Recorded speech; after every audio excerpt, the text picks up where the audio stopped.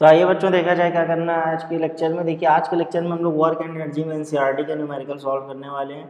तो वही सारे फॉर्मूले यूज़ होंगे जो पिछले लेक्चर्स में यूज़ हो चुके हैं। तो आइए एक बार सारे फॉर्मूले देख लेते हैं और फिर उसके बाद क्वेश्चन पे आते हैं। देखिए ये फॉर्मूले work done is equals to force into displacement, फिर kinetic energy is equals to half mv square, potential energy is equals to mgh। तो ये सारे फॉर्मूले हम लोग पहले भी देख चुके हैं जब हम लोग इस चार्ट के न्यूमेरिकल सॉल्व कर रहे थे। तो एनसीईआरटी में भी यही सारे फॉर्मूले यूज़ होने वाले हैं। तो आइए स्टार्ट करते हैं फर्स्ट क्वेश्चन से। देखिए क्या कह रहा है, फोर्स ऑफ 7 न्यूटन। ये 7 न्यूटन का फोर्स है, एक्ट्स ऑन एन ऑब्जेक्ट, एक ऑब्जेक्ट पे एक्ट करता है। यानी देखिए एक ऑब्जेक्ट रखा हुआ है, ये ऑब्जेक्ट है और इसके ऊपर क्या हो रहा है, 7 न्यूटन का फोर्स लग रहा है। द डिस्प्लेसमेंट इज से 8 metre in the direction of the force. जब आपने इसके ऊपर 7 न्यूटन का फोर्स लगाया तो ये डिस्प्लेस होके कहाँ आ गया, यहाँ आ गया। और कितना डिस्प्लेस हुआ है, 8 मीटर डिस्प्लेस हुआ है। Let us take it that the force acts on the object through the displacement, what is the work done in this case. आपको बताना है कि कितना वर्क डन हुआ। यानी जब आप इस पर 7 न्यूटन का फोर्स लगाते हैं और ये 8 मीटर डिस्प्लेस होता है तो आप कितना वर्क करते हैं ये आपको बताना है। तो देखिए हम लोग पढ़ चुके हैं जब हम लोग किसी ऑब्जेक्ट पे फोर्स एफ लगाते हैं और उसी डायरेक्शन में उसका डिस्प्लेसमेंट हो जाता है। यानी फोर्स जिस डायरेक्शन में लगाया उसी डायरेक्शन में डिस्प्लेसमेंट हो गया। मान लीजिए इस डिस्प्लेसमेंट हुआ तो वर्क डन कैसे लिखते हैं हम लोग, फोर्स इनटू डिस्प्लेसमेंट। यानी फोर्स और डिस्प्लेसमेंट का प्रोडक्ट ले लेते हैं, इससे हम लोग को क्या मिल जाता है, वर्क डन मिल जाता है। अब फोर्स यहाँ पे देखिए 7 न्यूटन दे रखा है और डिस्प्लेसमेंट कितना दे रखा है, 8 मीटर दे रखा है। तो वर्क डन कितना हो जाएगा, 8 7 56 जूल। यानी वर्क डन कितना हो गया, 56 जूल। तो याद रखिएगा जब आपने फोर्स लगाया और जिस डायरेक्शन में फोर्स लगाया उसी डायरेक्शन में अगर डिस्प्लेसमेंट होता है तो वर्क डन का ये फॉर्मूला आप यूज करेंगे। तो बहुत आसान क्वेश्चन था, कुछ करना नहीं है। वर्क एंड एनर्जी के न्यूमेरिकल्स वैसे भी बहुत आसान है। आइए नेक्स्ट क्वेश्चन देखते हैं। अ पोर्टर लिफ्ट्स, ये पोर्टर क्या है, लगेज उठाने वालों को बोलते हैं। Porter lifts a luggage of 15 kg। ये एक लगेज उठा रहा है जिसका मास कितना है, 15 kg। यानी मास कितना दे दिया, 15 kg from the ground and puts it on his head 1.5 metre above the ground. अपने सर पे उठा के रखता है, यानी 1.5 मीटर उठाता है, हाइट तक उठाता है और अपने सर पर रखता है। Calculate the work done by him on the luggage. तो आपको बताना है कि उसने लगेज पे कितना काम किया है, ये आपको बताना है। तो वर्क डन का फॉर्मूला अभी देखते हैं हम लोग, क्या होता है, फोर्स इनटू डिस्प्लेसमेंट। देखिए अब यहाँ डायरेक्टली फोर्स तो नहीं दे रखा पर डिस्प्लेसमेंट दे दिया। डिस्प्लेसमेंट क्या दिया, 1.5 मीटर का डिस्प्लेसमेंट। यानी लगेज को इसने 1.5 मीटर उठा के सर पे रखा है तो डिस्प्लेसमेंट कितना हुआ लगेज का, 1.5 मीटर। तो डिस्प्लेसमेंट तो दे दिया 1.5 मीटर, लेकिन फोर्स डायरेक्टली नहीं दे रखा है जैसा कि पिछले क्वेश्चन में दे रखा था। लेकिन आप फोर्स इजीली निकाल सकते हैं। फोर्स कैसे निकालेंगे इस केस में, फोर्स का फॉर्मूला क्या होता है, mass into acceleration due to gravity. जब फोर्स निकालना हो, ग्रेविटी का केस हो, फोर्स निकालना हो तो आपको मास और एक्सेलरेशन ड्यू टू ग्रेविटी को क्या करना पड़ता है, मल्टीप्लाई करना पड़ता है और उससे आपको क्या मिल जाता है, फोर्स मिल जाता है। अब यहाँ आप आसानी से निकाल सकते हैं। देखिए इस फॉर्मूले को मॉडिफाई कर लेते हैं इस हिसाब से। देखिए फोर्स की जगह आप क्या लिख सकते हैं, mg, और s है, चाहे एस रहने दीजिए या आप एच भी लिख सकते हैं, एस की जगह पे एच भी लिख सकते हैं। हम लोग ने बहुत सारे न्यूमेरिकल्स ऐसे भी किए थे। तो अब देखिए मास कितना दे रखा है, 15 kg। Acceleration due to gravity नहीं दिया, हम लोग ले लेते हैं कितना होता है, 10 मीटर पर सेकंड स्क्वायर। और डिस्प्लेसमेंट कितना है, 1.5 मीटर। मल्टीप्लाई कर देते हैं ये 15 इंटू 15 तो 225 जूल। तो ध्यान रखिएगा अगर फोर्स डायरेक्टली दिया हो तो आप डायरेक्टली रख दीजिए, उसमें तो कोई मेहनत ही नहीं करनी। लेकिन अगर फोर्स ना दिया हो तो फोर्स फाइंड करने का कुछ ना कुछ जुगाड़ जरूर देगा। तो मास दे रखा है और मास के बाद अब एक्सेलरेशन ड्यू टू ग्रेविटी से मल्टीप्लाई कर दीजिएगा तो आपको क्या मिल जाएगा, फोर्स मिल जाएगा। यानी उस पोर्टर ने जब 15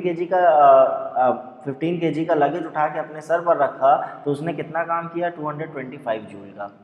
यही बताना था। ये नेक्स्ट क्वेश्चन करते हैं। A pair of bullocks exerts a force of 140 newton on A plug. देखिए पेयर ऑफ बुलक है, बुलक्स आप देख सकते हैं इस तरह से, ये प्लफिंग करने के लिए यूज़ होता है, यानी खेत की जोताई करने के लिए। खेत को अगर जोतना होता है तो ये बुलक्स का यूज़ किया जाता है। तो ये आप देख सकते हैं, इनको क्या बोलते हैं, बुलक्स बोलते हैं। Exerts a force of 140 newton on a plough. 140 newton का फोर्स लगा रहे हैं ये लोग प्लफ पे। The field being ploughed is 15 metre long. जिस फील्ड की प्लफिंग होनी है, जिस खेत की जोताई होनी है वो कितनी लंबी है, 15 मीटर लंबी है। How much work is done in ploughing the length of the field. तो कितना वर्क करना पड़ेगा भाई, जाहिर सी बात है इस फील्ड की प्लफिंग करने के लिए कुछ मेहनत करना पड़ेगा। तो देखिए ये लेंथ कितनी है, मान लीजिए यहाँ से यहाँ तक की प्लफिंग होनी है तो ये लेंथ कितनी दे दी है, 15 मीटर। ये लेंथ आपको दे दिया है कि भैया 15 मीटर का लेंथ है। और ये लोग फोर्स कितना लगा रहे हैं, मतलब किस फोर्स के साथ प्लफिंग कर रहे हैं, 140 न्यूटन। तो देखिए फोर्स तो डायरेक्टली दे दिया और डिस्प्लेसमेंट भी दे दिया कि कितना डिस्प्लेसमेंट होना है, तो डिस्प्लेसमेंट एस भी दे दिया है और फोर्स भी दे दिया है। तो आप जानते हैं कैसे निकाला जाता है, work done is equal to क्या होता है, फोर्स इनटू डिस्प्लेसमेंट। तो फोर्स कितना दे दिया है 140 न्यूटन और डिस्प्लेसमेंट कितना है 15। आइए मल्टीप्लाई कर लेते हैं 15 और 44 5 ज़ा 20 और 4 1 ज़ा 4 6 1 5 ज़ा 5 1 1 ज़ा 1 0 11 और 2 यानी 2100 यानी 2100 जूल का वर्क कर रहे होंगे ये बुलक्स अगर 140 न्यूटन का फोर्स लगा रहे हैं और 15 मीटर इनको प्लफिंग करनी है। तो आइए बच्चों देखा जाए क्या करना है आज के लेक्चर में। देखिए आज के लेक्चर में हम लोग वर्क एंड एनर्जी में एनसीईआरटी के आगे के न्यूमेरिकल सॉल्व करने वाले हैं, यानी वो न्यूमेरिकल जो कि पूरे के पूरे काइनेटिक एनर्जी में बेस्ड हैं। तो आइए देख लेते हैं कौन सा फॉर्मूला यूज़ होगा। देखिए यही फॉर्मूला है, kinetic energy is equals to half mv², यानी अगर बॉडी का मास पता हो आपको और बॉडी की वेलोसिटी पता हो तो इस फॉर्मूले की हेल्प से आप क्या निकाल सकते हैं, काइनेटिक एनर्जी बॉडी की। आइए स्टार्ट करते हैं फर्स्ट क्वेश्चन से। देखिए क्या कह रहा है, ऑब्जेक्ट ऑफ मास 15 kg, एक ऑब्जेक्ट है जिसका मास देखिए कितना दे दिया है 15 kg, is moving with a uniform velocity of 4 metre per second. किस वेलोसिटी से मूव कर रहा है, uniform velocity of 4 metre per second, यानी 4 मीटर पर सेकंड की यूनिफॉर्म वेलोसिटी से मूव कर रहा है। What is the kinetic energy possessed by the object, object की काइनेटिक एनर्जी क्या होगी, तो k इज इक्वल टू क्या होता है हाफ mv²। अब सब कुछ तो दे रखा है, कुछ नहीं करना है, बस कैलकुलेशन है। Half into m into 4 square, यानी हाफ इंटू 15 इंटू 4 इंटू 4, तो 2 से ये वाला 4 कैंसिल, कितना बचा 15 इंटू 8, 15 8 कितना होता है 120, यानी 120 जूल होगी। तो एक ऑब्जेक्ट जिसका मास 15 kg है, अगर वो 4 मीटर पर सेकंड की वेलोसिटी से मूव कर रहा है तो उसके अंदर कितनी काइनेटिक एनर्जी है 120 जूल। आइए देखते हैं second question. What is the work to be done to increase the velocity of a car from 30 kilometre per hour to 60 kilometre per hour. देखिए एक कार है जो कि 30 किलोमीटर पर आवर की इनिशियल वेलोसिटी से मूव कर रही थी, यानी इनिशियल वेलोसिटी कार की कितनी दे दिया है 30 किलोमीटर पर आवर। इस स्पीड से, इस वेलोसिटी से कार मूव कर रही थी, उसको आपको क्या करना है 60 किलोमीटर पर आवर पे लाना है, यानी फाइनल वेलोसिटी कितनी हो गई 60 किलोमीटर पर आवर। यानी आपको 30 किलोमीटर पर आवर से 60 किलोमीटर पर आवर लाना है एक कार को, यानी उसकी वेलोसिटी इंक्रीज करनी है, तो आपको कितना वर्क करना पड़ेगा यही आपको बताना है अगर उस कार का मास 1500 kg हो तो बहुत आसान है। इनिशियल स्पीड दे दी है, फाइनल स्पीड दे दी है। तो देखिए इस टाइप के क्वेश्चन को करने के लिए एक कॉन्सेप्ट होता है जिसको हम लोग बोलते हैं वर्क एनर्जी थ्योरम। यानी इस केस में जब भी आपको वर्क निकालना हो तो आप क्या निकाल लेंगे, change in kinetic energy delta K, W is equal to delta K. सिर्फ इसी फॉर्मूले पे बेस्ड है ये क्वेश्चन। आपको क्या करना है, चेंज इन काइनेटिक एनर्जी निकालना है, यानी बॉडी के अंदर काइनेटिक एनर्जी कितनी चेंज हो रही है ये आप बता दीजिए, यही उसके अंदर क्या हो जाएगा, वर्क डन हो जाएगा। कहने का मतलब देखिए कार 30 किलोमीटर पर आवर की इनिशियल स्पीड से चल रही थी, तो इस केस में बॉडी के पास जो काइनेटिक एनर्जी रही होगी, मतलब 30 किलोमीटर पर आवर से चल रही है, तो इस केस में इसके पास कुछ एनर्जी है। उस एनर्जी को हम लोग ने, उस काइनेटिक एनर्जी को हम लोग ने क्या नाम दे दिया, इनिशियल काइनेटिक एनर्जी। क्यों इनिशियल काइनेटिक एनर्जी बोल दिया, क्योंकि वो initial speed 30 kilometre per our से चल रही थी, यानी उसके पास कुछ इनिशियल स्पीड थी, और उस स्पीड के वजह से जो उसके पास एनर्जी थी उसको हम लोग ने इनिशियल काइनेटिक एनर्जी बोल दिया। अब आप फिर उसको क्या लिया है 60 किलोमीटर पर आवर पे, यानी उसकी final velocity 60 kilometre per our कर दिया। तो इस केस में जो इसके पास एनर्जी होगी उसको हम लोग किससे डिनोट कर देंगे, kf से, यानी फाइनल वेलोसिटी जब उसके पास थी तो उस केस में जो एनर्जी उसके पास थी उसको हम लोग किससे डिनोट कर रहे हैं, kf से, यानी फाइनल काइनेटिक एनर्जी। तो आपको निकालना है kf और ki, और दोनों का क्या ले लेना है, चेंज। कहने का मतलब है डेल्टा के है क्या, kf माइनस ki। इसको और अच्छे से लिखना चाहिए तो ऐसे लिख सकते हैं, w is equals to kf minus ki। तो यही है इस क्वेश्चन में आपको यही चीज़ कैलकुलेट करनी है, यानी फाइनल काइनेटिक एनर्जी में से इनिशियल काइनेटिक एनर्जी को माइनस कर दीजिए, आपको वर्क डन मिल जाएगा। तो अब इनिशियल काइनेटिक एनर्जी कैसे निकलेगी, तो के आई आपको निकालना है, तो आप क्या करेंगे हाफ m, और वेलोसिटी कौन सी लेंगे, इनिशियल वेलोसिटी, क्योंकि इनिशियल काइनेटिक एनर्जी निकालना, और फाइनल काइनेटिक एनर्जी निकालना है तो क्या करेंगे हाफ m फाइनल वेलोसिटी लेंगे, क्योंकि फाइनल काइनेटिक एनर्जी निकालना है। तो ये दो चीज़ आपको कैलकुलेट करनी है और इन्हीं दोनों का क्या ले लेना है, डिफरेंस ले लेना। लेकिन उससे भी पहले हम लोग एक काम ये करेंगे कि हम लोग की जो स्पीड किलोमीटर पर आवर में दे रखी है, हम लोग इसको किस में चेंज करेंगे, मीटर पर सेकंड में। और हम लोग जानते हैं, क्योंकि हम लोग पहले पढ़ चुके हैं, अगर किलोमीटर पर आवर से हम लोग को मीटर पर सेकंड में आना है तो हम लोग क्या करते हैं 5/18 से मल्टीप्लाई कर देते हैं, यानी किलोमीटर पर आवर वाली क्वांटिटी में आप 5/18 से मल्टीप्लाई कर देंगे तो कहाँ चली जाएगी, मीटर पर सेकंड में। अब कैंसिल कर लेते हैं, 6 5 ज़ा 6 रीज़ा तो कितना हो गया 25/3 मीटर पर सेकेंड। देखिए किलोमीटर पर आवर से मीटर पर सेकेंड में आगे क्यों चेंज किया, क्योंकि हम लोग को सब कुछ एसआई सिस्टम में ही रखना है। मास केजी में है तो हम लोग को वी भी किस में रखना है, मीटर पर सेकेंड में। ठीक है, अब 60 किलोमीटर पर आवर है तो 60 किलोमीटर पर आवर को भी क्या करेंगे, मीटर पर सेकेंड में चेंज करेंगे। तो आइए कर लेते हैं, 6 10 और 6 3 तो कितना हो जाएगा 50/3 मीटर पर सेकेंड। अब देखिए इनिशियल स्पीड भी हम लोग के पास, initial velocity metre per second में, फाइनल वेलोसिटी भी कितनी है मीटर पर सेकेंड में। अब सिर्फ फॉर्मूले में वैल्यू डाल के हम लोग को कैलकुलेट करना है। तो पहले आइए के आई निकाल लेते हैं। इनिशियल काइनेटिक एनर्जी क्या है, हाफ mU², यानी हाफ m यानी 1500 और u² का मतलब कितना है 25/3। तो इनिशियल काइनेटिक एनर्जी जब भी निकालिए तो इनिशियल वेलोसिटी आपको लेनी है, ये आपको ध्यान में रखना है। यानी 25/3 1/2 इंटू 1500 इंटू 25 इंटू 25/3 इंटू 3। तो देखिए 3 5 यानी 500 टाइम चला जाएगा और ये 250 टाइम्स। तो कितना हो जाएगा, देखिए 250 ये है और 25 इंटू 25, तो 250 इंटू 25 इंटू 25 कितना हो गया 625 और अपॉन 3, इसको भी मल्टीप्लाई कर लेते हैं। तो कैलकुलेशन बहुत आसान है, कोई दिक्कत नहीं है। इधर मल्टीप्लाई कर लीजिए आप, 625 का 25 से मल्टीप्लाई कर लीजिए तो 5 5 25, 5 2 10, 2 1 कैरी, 6 5 31, फिर 2 5 10, 2 2 4, 5 2 6 12, तो 5 2 6 5 1 कितना आ गया 156250 अपॉन 3 जूल। ये आ गई इनिशियल काइनेटिक एनर्जी। अब आपको निकालना क्या है, फाइनल काइनेटिक एनर्जी। तो आइए फाइनल काइनेटिक एनर्जी भी निकाल लेते हैं। हाफ mv², तो हाफ मास कितना है 1500, मास तो कार का वही रहेगा, और यहाँ पे फाइनल कितना है 50/3²। इसको सॉल्व कर लेते हैं। ये 1/2 into 1500 into 50 into 50/3 into 3।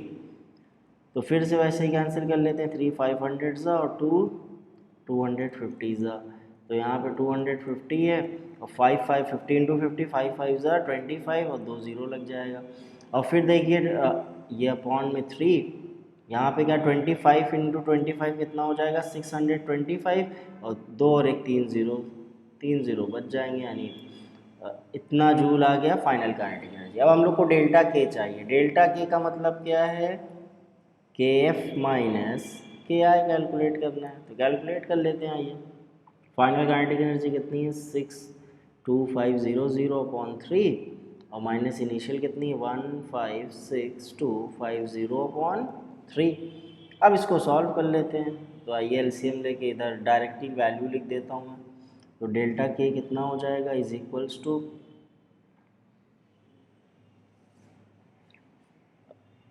Subtract कर लेते हैं। तो सब्ट्रैक्ट करने पे कितना आएगा, देखिए 468,750/3। अब इसको डिवाइड कर लेते हैं।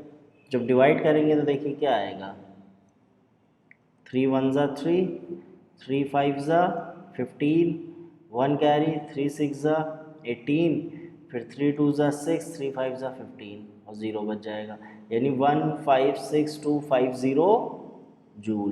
तो चेंज इन काइनेटिक एनर्जी कितना आ गया 1,56,250 जूल। अब आपको क्या करना है, ये किसके इक्वल होगा, वर्क डन, यानी W इज इक्वल टू क्या हो जाएगा चेंज इन काइनेटिक एनर्जी के, यानी 156250 जूल। तो इसको आप डायरेक्टली ऐसे लिख सकते हैं, work done is equal to 156250 joule. यानी जब भी आपको वर्क डन निकालना हो इस केस में तो आप क्या निकाल लीजिए, चेंज इन काइनेटिक एनर्जी। और चेंज इन काइनेटिक एनर्जी का मतलब क्या है, final minus initial, final kinetic energy minus initial kinetic energy. अब आइए नेक्स्ट क्वेश्चन पे चलते हैं। क्या कर रहा है, the kinetic energy of an object of mass m moving with velocity of 5 metre per second is 25 joule. देखिए एक ऑब्जेक्ट है जिसका मास m है, मास नहीं दिया बस बोल दिया कि उसका मास m है, वो 5 मीटर पर सेकंड की वेलोसिटी से मूव कर रहा है, उसकी एनर्जी कितनी है 25 joule. What will be it's kinetic energy when its velocity is doubled. उसकी काइनेटिक एनर्जी कितनी हो जाएगी जब आप उसकी वेलोसिटी डबल कर देंगे। And what will be it's kinetic energy when its velocity is increased 3 time, और जब आप उसकी वेलोसिटी 3 टाइम्स कर देंगे तो क्या होगी, यानी डबल करेंगे तो कितनी काइनेटिक एनर्जी होगी और ट्रिपल करेंगे तो कितनी काइनेटिक एनर्जी होगी। बहुत आसान क्वेश्चन है, इसको भी बड़े आसानी से किया जा सकता है। सबसे पहले क्या करना होगा, हम लोग को मास फाइंड करना होगा। पहले ये तो पता कर लें कि बॉडी का मास कितना है, और उसके अकॉर्डिंग जब मास पता चल जाएगा तो वेलोसिटी डबल कर देंगे, यानी 5 मीटर पर सेकंड से है। फिर हम लोग कैलकुलेट किस पे करेंगे, 10 मीटर पर सेकंड पे, क्योंकि डबल हो गई मतलब 10 मीटर पर सेकंड। फिर 5 मीटर पर सेकंड का ट्रिपल क्या हो जाएगा, 15 मीटर पर सेकंड। तो इन दोनों वेलोसिटी पे 1 बाय 1 कैलकुलेट कर लिया जाए। तो काइनेटिक एनर्जी का देखिए फॉर्मूला क्या होता है, हाफ mv²। आपको दे क्या रखा है, v दे रखा है और k दे रखा है, तो k की वैल्यू लिख लीजिए, देखिए 25, और हाफ मास कितना फाइंड करना है आपको, v दे रखा है कितना है 5, तो 5 का स्क्वायर हो जाएगा। तो 25 is equals to half into m into 25।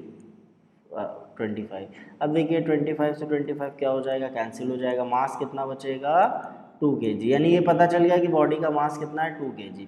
अब देखिए दो केसेस दिए गए हैं, दोनों के लिए अलग अलग निकाल लेते हैं। जब वेलोसिटी डबल हो जा रही है, यानी ये पहला वाला केस है, जब वेलोसिटी क्या हो गई, डबल हो गई, तो इस केस में मान लीजिए वेलोसिटी कितनी हो जा रही है, हम लोग v1 नाम दे रहे हैं।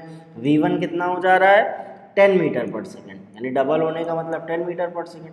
अब मास तो भाई वो ऑब्जेक्ट का वही रहना है, 2 kg। अब इस केस के लिए आप काइनेटिक एनर्जी निकाल लीजिए। काइनेटिक एनर्जी क्या होता है, हाफ mv², यानी हाफ mv1²। तो हाफ m यानी 2 और v1² का मतलब 10 इंटू 10, 2 से 2 कैंसिल, यानी काइनेटिक एनर्जी क्या हो गई, 100 जूल। यानी जैसे ही आपने काइनेटिक एनर्जी वेलोसिटी डबल की, काइनेटिक एनर्जी देखिए कितनी हो गई, 4 टाइम्स हो गई। 25 का 4 टाइम्स होता है 100 जूल, यानी वेलोसिटी अगर आप डबल करेंगे तो काइनेटिक एनर्जी कितनी हो जा रही है, 4 टाइम्स हो जा रही है।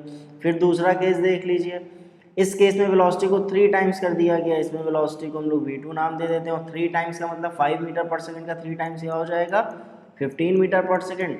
मास तो देखिए वही रहना, मास तो कांस्टेंट है भाई 2 kg।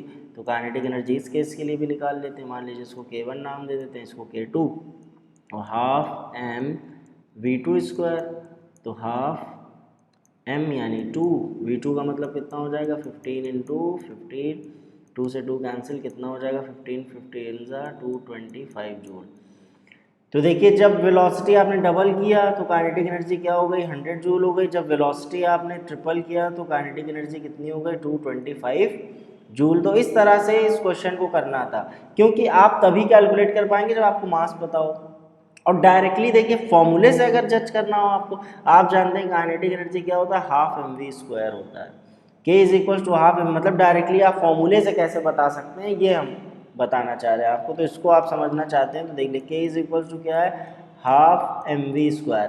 अब देखिए मास तो कांस्टेंट है, आपका मास बदल नहीं रहा है, तो यानी काइनेटिक एनर्जी डायरेक्टली प्रोपोर्शनल किसके हो गई, v² के। कहने का मतलब है अगर आप काइनेटिक एनर्जी का पूरा डिपेंडेंस किस पे आ गया, वेलोसिटी पे आ गया है, यानी काइनेटिक एनर्जी डायरेक्टली प्रोपोर्शनल किसके हो गई है, वेलोसिटी के स्क्वायर के। तो अब आपने वेलोसिटी देखिए कितना किया है, डबल किया है, यानी वेलोसिटी आपने कितनी कर दी, 2 टाइम्स कर दी, यानी 2v कर दी।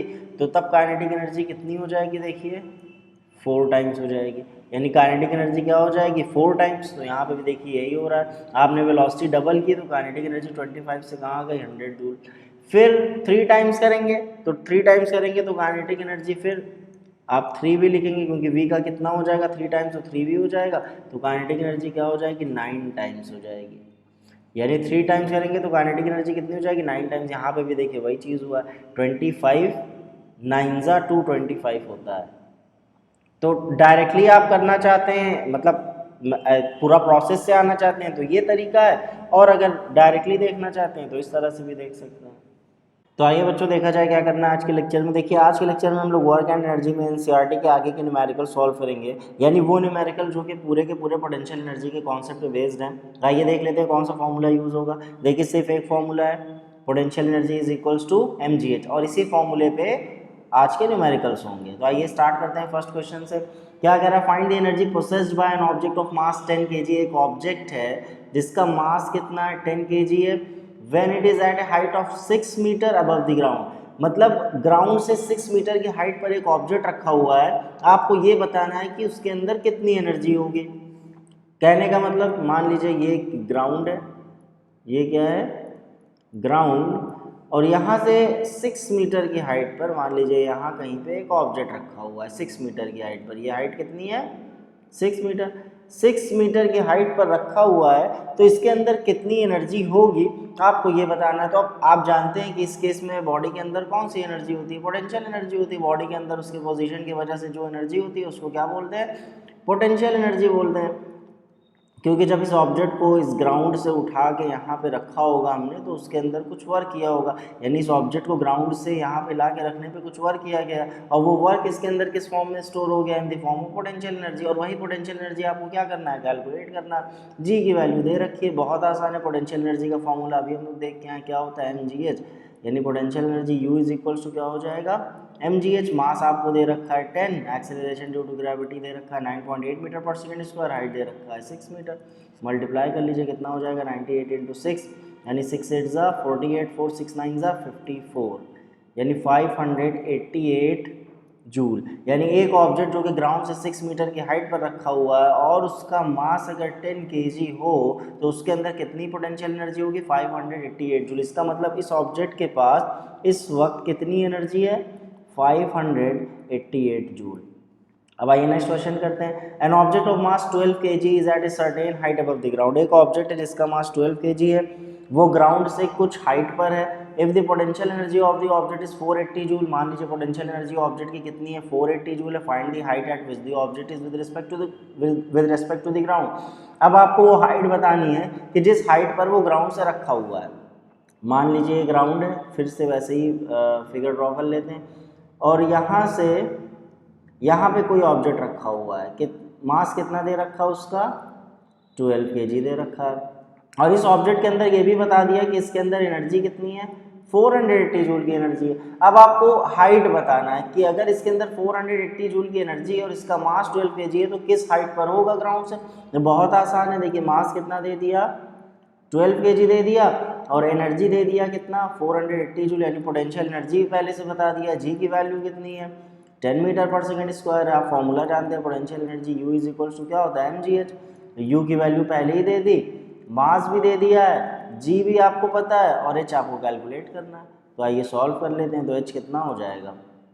देखिए 0 से 0 कैंसिल कर दीजिए तो H इज इक्वल्स टू क्या हो जाएगा? 48/12 यानी 12 4 ज़ा, यानी हाइट कितनी आ गई? 4 मीटर। यानी अगर आपके पास एक ऑब्जेक्ट है जिसका मास कितना हो? 12 kg हो और वो 4 मीटर की हाइट पर आप ग्राउंड से उसको रख दें तो उसके अंदर कितनी एनर्जी आ जाएगी? 480 जूल, अगर acceleration due to gravity 10 metre per second square हो तो।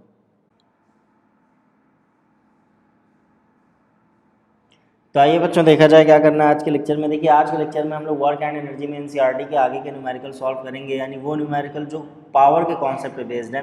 आइए देखते हैं कौन सा फॉर्मूला यूज होने वाला है। देखिए power is equal to work done upon time और दूसरा power is equal to energy consumed upon time taken. दोनों ही फॉर्मूले सेम है, बस फर्क इस चीज़ में है कि जब आपको वर्क दिया हो तो आप ये वाला फॉर्मूला यूज़ कर लीजिएगा, जब एनर्जी दी हो तो ये वाला फॉर्मूला यूज़ कर लीजिएगा। आइए स्टार्ट करते हैं फर्स्ट क्वेश्चन से। क्या कर रहा है? देखिए 2 girls each of weight 400 newton. 2 girls हैं जिनका वेट कितना दे रखा है? 400 न्यूटन दे रखा है। Climb up a rope through a height of 8 metre. 8 metre की हाइट क्लाइंब करती है। We name one of the girls. एक गर्ल का नाम ए है, दूसरी गर्ल का नाम बी है। गर्ल ए को 20 सेकेंड लगता है 8 मीटर हाइट क्लाइंब करने में, गर्ल बी को कितना टाइम लगता है? 50 सेकेंड्स का टाइम लगता है उसी सेम हाइट को क्लाइम करने में। What is the power expanded by H girl? तो पावर कितना एक्सपेंड कर रही है हर गर्ल, यानी हर गर्ल की पावर बताइए। ए गर्ल की पावर क्या है और बी वाली गर्ल की पावर क्या है, ये बताना है। तो अभी हम लोग पढ़ गए हैं पावर इज इक्वल टू क्या होता है? Work done upon time. और जब बात ग्रेविटी की आ जाती है तो वर्क डन को कैसे लिखते हैं हम लोग? mgh upon T. तो अब देखिए यहाँ पे समझना है, आपको पावर निकालना है तो आपको मास पता हो, एक्सेलरेशन ड्यू टू ग्रेविटी पता हो, हाइट पता हो और टाइम पता हो, तो इजीली पावर कैलकुलेट हो जाएगा। अब यहाँ देखिए क्या दे रखा है? ये 400 न्यूटन दे रखा है। ये 400 न्यूटन क्या दे रखा है? डायरेक्टली mg की वैल्यू दे दी। और दोनों ही गर्ल्स के लिए क्या है? सेम है, यानी दोनों गर्ल्स का वेट सेम है तो mg दोनों के लिए क्या हो गया? 400 न्यूटन और दोनों के लिए ये सेम है। हाइट दे रखी है आपको 8 मीटर, टाइम भी दे रखा है, तो सारी चीज़ें दे रखी हैं, बस वैल्यूज पुट करके निकालना है। तो ये गर्ल ए है, ये गर्ल बी है, दोनों के लिए mg की वैल्यू यानी वेट दोनों का सेम है यानी 400 न्यूटन। हाइट भी दोनों सेम ही क्लाइम कर रहे हैं, बस फर्क इस बात का है कि गर्ल ए 20 सेकंड्स में कर लेती है इस टास्क को और गर्ल बी लगाती है 50 सेकंड्स। तो जाहिर सी बात है ये तो क्लियर हो गया पहले कि गर्ल बी की पावर कम है, क्योंकि सेम टास्क को अकम्प्लिश करने में ये टाइम ज़्यादा ले रही है तो इसका मतलब इसकी पावर तो कम है, यानी गर्ल ए की पावर ज़्यादा आएगी। आइए कैलकुलेट करके देख लेते हैं। पावर ऑफ गर्ल यानी पी ए निकाल लेते हैं। गर्ल ए की पावर तो फॉर्मूला क्या है, mgh अपॉन टी। तो एम जी की वैल्यू दे रखी है 400 और हाइट कितनी दे रखी है 8 मीटर, टाइम 20 सेकेंड्स। 0 0 टू 20 यानी 8 2 60 160 वॉट। फिर पावर ऑफ गर्ल भी निकाल लेते हैं, वही same formula mgh upon T, 400 into 8 upon 50 0 0 5 8 यानी 8 8 कितना हो गया 64 वॉट। तो देखिए ए गर्ल की पावर कितनी आ गई 160 वॉट और बी गर्ल की पावर कितनी आ गई 64 वॉट। तो यही आपको बताना था। आइए नेक्स्ट क्वेश्चन की तरफ चलते हैं। क्या कह रहा है, बॉय ऑफ मास 50 kg, एक बॉय जिसका मास 50 kg run up A staircase of 45 steps in 9 second. सीढ़ियाँ चढ़ता है, 45 स्टेप्स की सीढ़ियाँ हैं। देखिए इस तरह इस तरह से देखिए 45 स्टेप्स की सीढ़ियाँ, तो 45 स्टेप्स तो पूरे नहीं बन पाएंगे लेकिन एक कॉन्सेप्ट समझने के लिए इतना काफ़ी है। तो 45 स्टेप्स की सीढ़ियाँ हैं और हर एक स्टेप की हाइट कितनी दे रखी है, देखिए हर एक स्टेप की हाइट कितनी है 15 सेंटीमीटर। इस स्टेप की भी सेम वही हाइट है 15 सेंटीमीटर। यानी देखिए 45 स्टेप्स की सीढ़ियाँ हैं, सीढ़ी है और 15 सेंटीमीटर हर एक स्टेप की हाइट है। आपको पता करना है फाइंड पावर, पावर कितना है। तो पावर इज इक्वल्स टू क्या होता है, वर्क डन अपॉन टाइम, यानी वर्क डन क्या हो गया mgh अपॉन टी। अब देखिए पावर कैलकुलेट करना है तो आपको मास पता होना चाहिए, तो मास तो पता है भाई, मास कितना दे रखा है 50 kg। जी पता होना चाहिए, एच पता होना चाहिए, तो जी भी दे रखा है 10 metre per second square. H पता होना चाहिए, एच डायरेक्टली नहीं दिया लेकिन एच आप कैलकुलेट कर सकते हैं। टोटल देखिए 45 स्टेप्स हैं और एक स्टेप की हाइट 15 सेंटीमीटर है, तो टोटल हाइट कितनी हो जाएगी, देखिए 15 एक स्टेप की हाइट और टोटल स्टेप्स कितने हैं 45 है। तो टोटल हाइट कितनी चढ़ रहा है वो 15 इंटू 45, तो इसको मल्टीप्लाई कर लेते हैं। देखिए 15 इंटू 45 कितना आता है, 5 5 ज़ा 25, 5 1 ज़ा 5, 4 5 ज़ा 20, 6 5 7 6, तो कितना आ गया टोटल 675 सेंटीमीटर। अब क्योंकि ये सेंटीमीटर में तो इसको हम लोग क्या करेंगे मीटर में चेंज करेंगे। मीटर में चेंज करने के लिए क्या करेंगे 100 से डिवाइड कर देंगे। जब 100 से डिवाइड करेंगे तो 6.75 मीटर आ जाएगा, क्योंकि सब हम लोग को इस सिस्टम में ही सॉल्व करना है। ठीक है, तो ये तो मिल गई हाइट। देखिए हाइट इनडायरेक्टली दे रखा था, अब आपको समझना है, हो सकता है भाई फॉर्मूले में आपको पुट करनी हो वैल्यू, डायरेक्ट आपको एच की वैल्यू दे दे, ऐसा पिछले क्वेश्चन में किया था, लेकिन कहीं डायरेक्टली नहीं दिए तो आपको निकालना पड़ेगा। तो 6.75 सेंटीमीटर हाइट आ गई। अब आप पावर के फॉर्मूले में पुट कर दीजिए। मास 50 है, जी की वैल्यू 10 है, बहुत आसान कैलकुलेशन। एच आपने निकाल लिया 6.75, टाइम कितना दे रखा है 9 सेकेंड्स। अब इसको सॉल्व कर लेते हैं। तो सॉल्व करने के लिए क्या करेंगे, देखिए 5 यहाँ से देखिए एक 10 निकला और यहाँ से एक 10, ये दोनों इसमें मल्टीप्लाई हो गए तो ये 675 हो गया और नीचे 9, तो 9 7 ज़ा 63 और 4 9 5 ज़ा 45, तो 75 इंटू 5 कितना हो जाएगा 5 5 ज़ा 25, 5 7 ज़ा 35, 375 वॉट। यानी अगर कोई बंदा है जिसका मास 50 kg और 45 स्टेप्स की सीढ़ियाँ चढ़ रहा है जिसमें हर स्टेप की हाइट 15 सेंटीमीटर है, 9 सेकेंड्स में अगर ये काम कर ले रहा है तो उसकी पावर कितनी होगी 375 वॉट। अब आइए नेक्स्ट क्वेश्चन की तरफ चलते हैं। क्या कह रहा है, इलेक्ट्रिक बल्ब ऑफ 60 वॉट। देखिए एक इलेक्ट्रिक बल्ब है जिसकी पावर कितनी है 60 watt, used for 6 hour per day. कितनी देर चलता है 6 आवर डेली, 6 आवर चल रहा है, यानी 6 घंटे के लिए डेली चलता है। Calculate the units of energy consumed in 1 day by the bulb, यानी एक दिन में कितने यूनिट बिजली कंज्यूम कर रहा है आपको निकालना है। तो 1 यूनिट हम लोग पहले भी देख चुके हैं जब हम लोग इस चांद के न्यूमेरिकल सॉल्व कर रहे थे। तो 1 यूनिट होता किसके इक्वल है 1 किलोवाट आवर के, यानी अगर 1 किलोवाट का डिवाइस 1 घंटे चलता है तो 1 यूनिट बिजली कंज्यूम करता है। तो 1 यूनिट क्या होता है ये हम लोग ने देख लिया। अब यूनिट्स में ही पूछ रहा है कि कितने यूनिट्स एनर्जी कंज्यूम कर रहा है, तो एक काम करते हैं पहले एनर्जी कैलकुलेट कर लेते हैं कि एनर्जी किलोवाट आवर में कितनी है और उसके अकॉर्डिंग हम लोग क्या करेंगे उसको यूनिट्स में कन्वर्ट कर लेंगे। तो एनर्जी इज इक्वल्स टू क्या होता है पावर इनटू टाइम, लेकिन देखिए हम लोगों को किलोवाट आवर में चाहिए, तो किलोवाट आवर में चाहिए तो हम लोग जानते हैं कि पावर को भी किसमें हम लोग को कन्वर्ट करना पड़ेगा किलोवाट में। तो पावर को हम लोग किलोवाट में कैसे कन्वर्ट करेंगे 1000 से डिवाइड कर दें, क्योंकि देखिए 1 किलोवाट किसके इक्वल होता है 1000 वॉट के। यानी आपको अगर किलो वाट से वॉट में आना है तो 1000 से मल्टीप्लाई कर दीजिए, और वॉट से किलो वाट में आना है तो 1000 से डिवाइड कर दीजिए। तो यहाँ पे आपके पास पावर 60 वाट है, आप 1000 से डिवाइड कर देंगे तो आपको किस में मिल जाएगा, किलो वाट में मिल जाएगा, यानी 0.06 किलो वाट। तो पावर मिल गई किसमें, किलो वाट में। और क्यों कर रहे हैं ऐसा, मजबूरी है, क्योंकि हम लोग को किलो वाट आर में ही फाइंड करना है, क्योंकि 1 kilowatt hour is equal to 1 unit होती है। तो किलो वाट आर में पता चलेगा तभी हम लोग बता पाएंगे कितने यूनिट्स बिजली कंज्यूम कर रहा है। तो 0.06 टाइम कितना है 6 आवर, तो कितना हो गया 6 6 36, 6 0 0 3 6 0 0, तो 0.36 किलो वाट आवर हो गया। अब देखिए जितने किलो वाट आवर है उतनी ही क्या हो जाएगा, यूनिट्स हो जाएगी, क्योंकि आपको यूनिट्स में बताना है। तो यूनिट्स में क्या करेंगे, देखिए 1 किलो वाट आवर किसके इक्वल होता है, 1 यूनिट के। तो 0.36 किलो वाट आवर किसके हो जाएगा, 0.36 यूनिट्स के। बस यही बताना है। तो यूनिट की जब बात करते हैं इसका मतलब वो किलो वाट आवर में पूछ रहा है, किलो वाट आवर में पूछ रहा है तो आप अपनी पावर को, अगर पावर किलो वाट में है तो बहुत बढ़िया है, और नहीं है तो आप उस वाट को किस में कन्वर्ट करेंगे, किलो वाट में। और टाइम को हम लोग को कुछ टच ही नहीं करना पड़ा, क्योंकि टाइम ऑलरेडी आवर में दिया था। अगर ये भी किसी और यूनिट में होता तो इसको भी क्या करते हम लोग आवर्स में चेंज करते। तो इस तरह से आपको करना है इस टाइप के क्वेश्चन।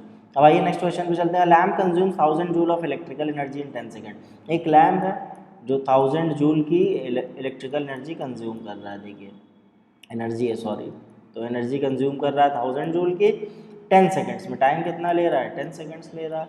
तो पावर आपको बतानी है, तो अभी हम लोग पढ़ गए हैं power is equal to energy consumed upon time taken. तो एनर्जी कितनी ले रहा है 1000 जूल, टाइम कितना ले रहा है 10 सेकंड, तो कैंसिल कर दीजिए, कितना बचा 100 वाट।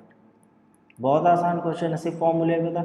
यानी एक लैम्प है जो कि 1000 जूल इलेक्ट्रिकल एनर्जी 10 सेकंड्स में ले रहा है, तो उसकी पावर कितनी होगी 100 वाट पावर होगी।